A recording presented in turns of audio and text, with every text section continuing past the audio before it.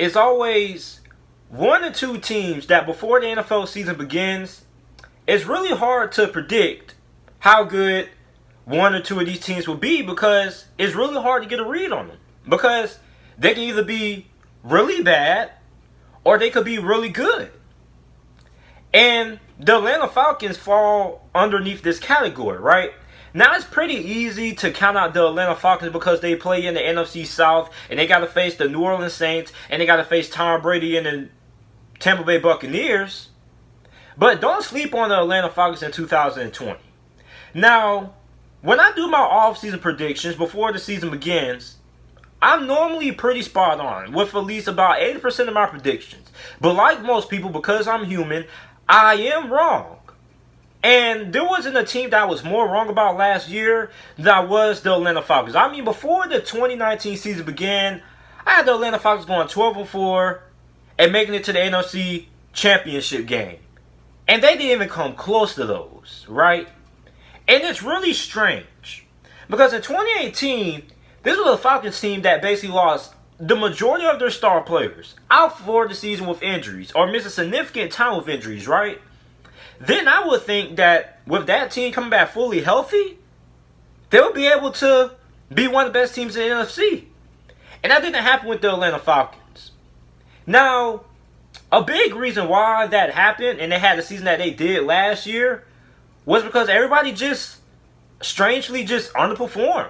Like Keanu O'Neal, their star safety, who was coming back from a season-ending injury in 2018. I mean, I don't know if he would just have some rust or what it was, but he wasn't the same safety that I saw prior to his injury. That Atlanta Falcons defense was absolutely terrible in 2019. Probably even worse than it was in 2018. And that was a team in 2018 that had several guys that had to start due to injuries. Right? Then the offensive line wasn't even the offensive line that I was expecting going into the season. I mean, I knew the Atlanta Falcons offensive line would have their struggles, but I thought ultimately it would be a pretty solid unit. But that offensive line last year was not good. That did not look like an offensive line that had several first-round picks on it, right? So when you look at the Atlanta Falcons going into this year, they did lose a few guys. You lost Desmond Trufant. You lost Vic Beasley, right? But this is an Atlanta Falcons team that ultimately still has a really solid roster from a talent standpoint, right? Now, like I said when I started off the video, it's really easy to count out the Atlanta Falcons because they have to face the Buccaneers twice and they got to face the Saints twice, right?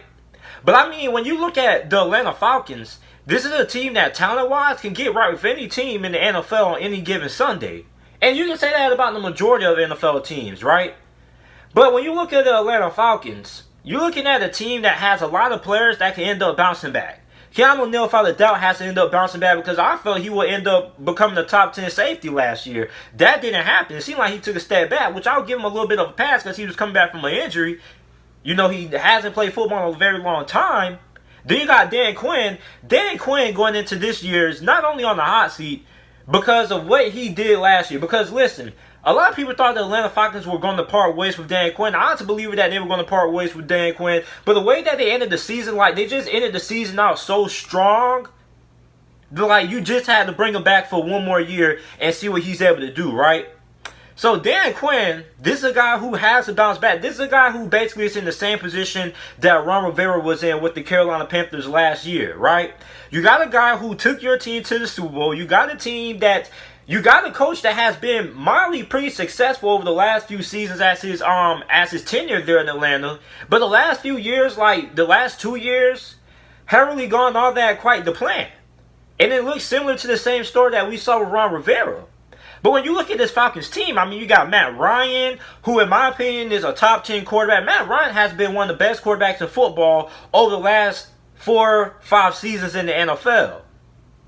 Now, I'm not going to debate anybody about that because that's a strong opinion I have a really strong stance on. But it hasn't been many quarterbacks that you can name that have been as good as Matt Ryan over the last few seasons. Now you bring in Todd Gurley, who was released by the Rams. Now, reportedly, the doctors cleared him. The arthritis issue is a little bit still of a mystery and things like that, despite what people say. But Todd Gurley, if he's able to stay fully healthy, they got to upgrade at the halfback position. Because listen, Devontae Freeman was all right, but Todd Gurley is an upgrade, right? He can do a lot more than what Devontae Freeman is able to do, right? So you bring him in. You also got Ito Smith there as well, who is a pretty solid backup halfback as well. Then, of course, you got Julio Jones, debatably almost probably the best wide receiver in the NFL by most people. Some people will say Devontae Adams. Some people will say D-Hop. Some people will say Michael Thomas. But Julio Jones is in that conversation. You got Calvin Ridley, arguably the best number 2 wide receiver in the NFL. You got Laquan Treadwell. Now, Laquan Treadwell is really interesting, right? Now, this is a guy who is pretty much a bust.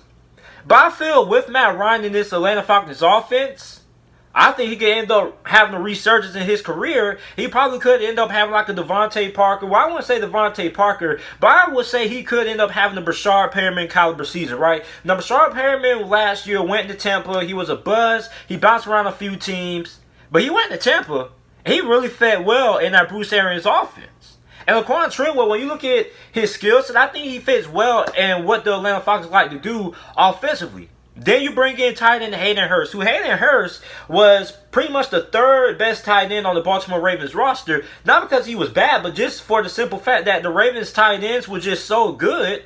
And they traded him to the Atlanta Falcons. Now the Atlanta Falcons, I think you're going to get a stud. Now you lost Austin Hooper in free agency, but I think Hayden Hurst is a really solid replacement for Austin Hooper. And I think Hayden Hurst potentially may be a Pro Bowler, depending on how things end up falling for the Atlanta Falcons. Now you look at the offensive line. Now their best offensive lineman from last year was left tackle Jake Matthews. Then everybody after that was pretty. And James Carpenter last year wasn't great.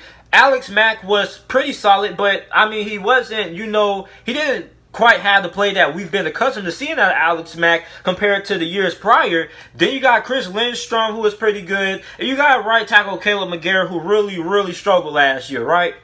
So you look at this Atlanta Falcons offense. This was an Atlanta Falcons offense that was able to put up points. And when they were able to put up points, they were putting up points in bunches. But a large reason why they kind of hit the fan last year was because of that defense. Now, the defense for the Atlanta Falcons ever since 2017, which was the last time they made the playoffs, has been a really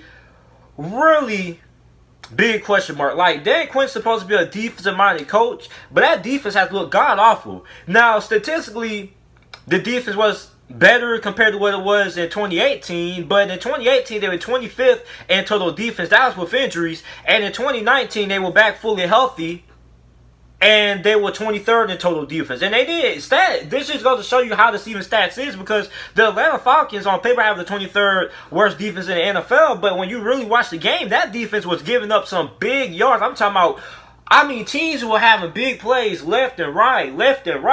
Jesus, it's like, it was so bad at one point, like, you can't even count on the defense to get a stop. Teams were just driving up and down the field on Atlanta.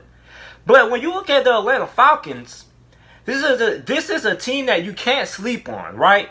And it's really easy to sleep on the Falcons because of how tough the division is. You got to face the Saints, you got to face the Buccaneers. But you look at this Falcons team, the talent is there. Dan Quinn, I still think Dan Quinn is a more than capable coach, despite the fact that the last few seasons haven't quite gone in his favor. But I still think he's a pretty solid coach. He's not a great coach, he's not an elite coach, but he's still a coach that can win. So, when you look at this Atlanta Falcons team, it's really hard to, count them out. But it's really hard to, expect them to do anything big, right? But you can't sleep on them.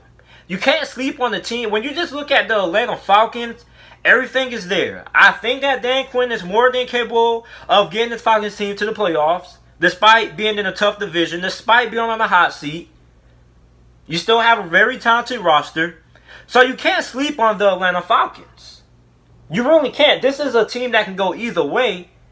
You can't overlook the Atlanta Falcons. But you can't have really high expectations for the Atlanta Falcons neither, because we saw what happened last year, right? So this is a team that you really can't sleep on. This is a team that can do a lot of damage. This is a team that has a lot of players that are going to have to end up, proving, coming back and sending a message that they still can play in the NFL. You still got Dan Quinn, who's still not only fighting for his job, but still fighting for the respect, like that he's still a pretty good head coach. You got some head coaches in the NFL, like, they have a good first few years. Then after they reach their peak, they decline until they get fired. So I look at the Atlanta Falcons. This is a team that you can't sleep on. This is a really dangerous team. The talent is there. You got Dan Quinn, who's won before. Despite the division being tough, despite Dan Quinn being on the hot seat, this is an Atlanta Falcons team that a lot of people can't sleep on because they can do some damage. So let me know how you guys feel about the Atlanta Falcons down in the comment section down below. Make sure you guys like the video and subscribe to the channel for more NFL videos and content. And thanks for watching.